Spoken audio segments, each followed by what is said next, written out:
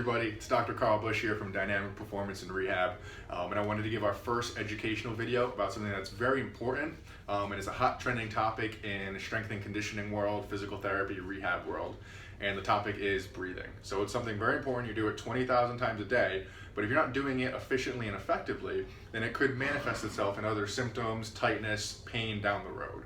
Okay, and I want to dispel two common misconceptions that are out there right now. The first one is when people say that you're not breathing correctly or you're breathing wrong. And I don't really like to use that terminology because there's a goal to be had when you need to breathe, okay? And if you're breathing correctly and you are reaching that goal, you're doing it at least somewhat right, okay? So you're not breathing wrong.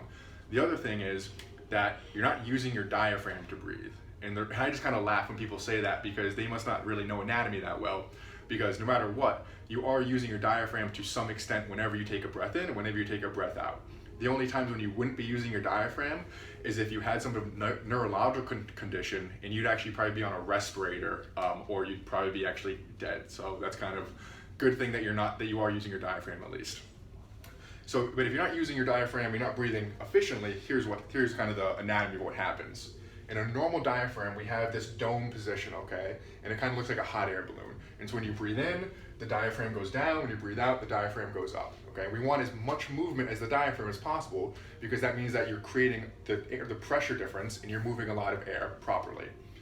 A lot of times what happens though is if we get into this extended state and our back's arched really hard, our ribs will actually kind of pop out in front a little bit. And you can kind of test yourself by doing that too. And what that means is that your diaphragm actually is in a resting, flattened position. So whenever you breathe in, it only moves a little bit, and when you breathe out, it only moves a little bit. Well, then you have this goal to meet of how much air you need. So what you're going to do is you start using your neck muscles, your back muscles, your shoulder's going to feel tight because you're using all of these accessory muscles of respiration to achieve that goal of how much air you need to move.